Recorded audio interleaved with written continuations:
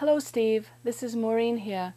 I'm sorry I can't be there, but things being as they were, we decided to use technology to see if I could try to be in two places at once. I wanted to make the video because I wanted to explain to people why I'm so delighted that you're receiving the Charlotte Bühler Award, the Karl and Charlotte Bühler Award this year. As you know, the Bühler Award is given to an institution, and it's given to a person who represents that institution. And so Common Bond Institute and you, Steve, as its director, are the recipients for this year, and I could not be more pleased. For me, you, Steve, and the Common Bond Institute represent the very finest in what I consider humanistic praxis, taking the humanistic work, the humanistic message, the humanistic aspirations into some of the most painful and traumatized places on the planet. I've known you for 25 years or more, and in that entire time you've been relentless. You've never stopped working towards your overall goal, which is to bring peace and reconciliation to people with long-standing antagonisms and troubles. As part of the professional exchange program of the Association for Humanistic Psychology, Steve organized visits to the Soviet Union for groups of humanistic psychologists who wanted to reach across the Iron Curtain to meet with their colleagues, their professional psychologists in the Eastern Bloc.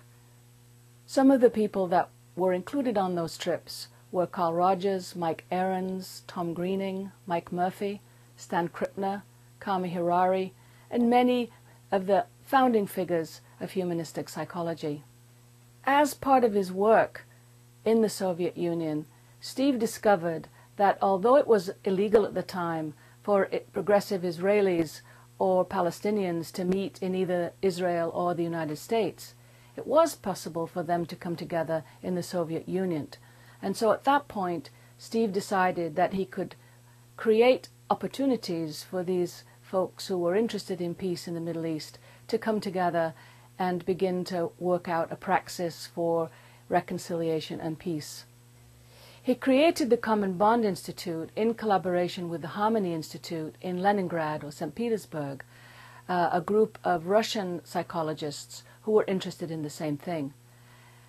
After the Berlin Wall fell, psychologists and activists from all over the former Soviet Union came together looking for new, innovative ways to work towards healing and reconciliation of some of the deep wounds of ethnic violence that had occurred in the Soviet Union era. Since then, CBI has developed training programs and has already trained several generations of activists who are working in these new methods all over the world and in some of the most violence-ridden areas where long-standing conflicts between people have been passed from generation to generation. CBI addresses the deep trauma that comes from these long-standing conflicts and has developed its own method for dealing with such trauma, which includes a combination of EMDR, person-centered counseling, expressive arts therapy, empowerment, and community building.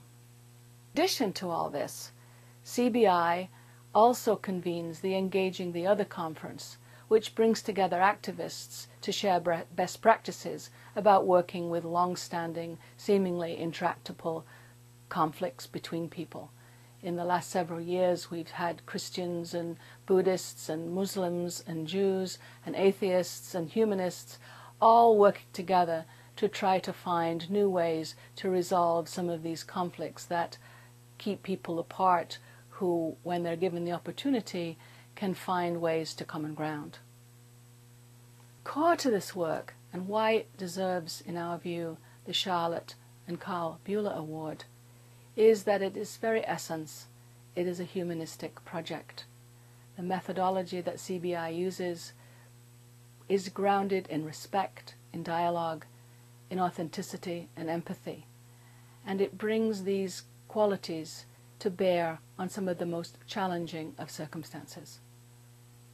This year, CBI turns its attention to the children of such violence, developing a project to work on transgenerational trauma with people from Somalia, from Ireland, from South Africa, from indigenous peoples in the US, people who carry their trauma from generation to generation. Those who work in the wider praxis of humanistic psychology, CBI and Steve Olweean are an inspiration. Their work has enormous implications. They deserve our support and they deserve this honor. Thank you, Steve, for everything that you do and everything that your colleagues at CBI have done over the years.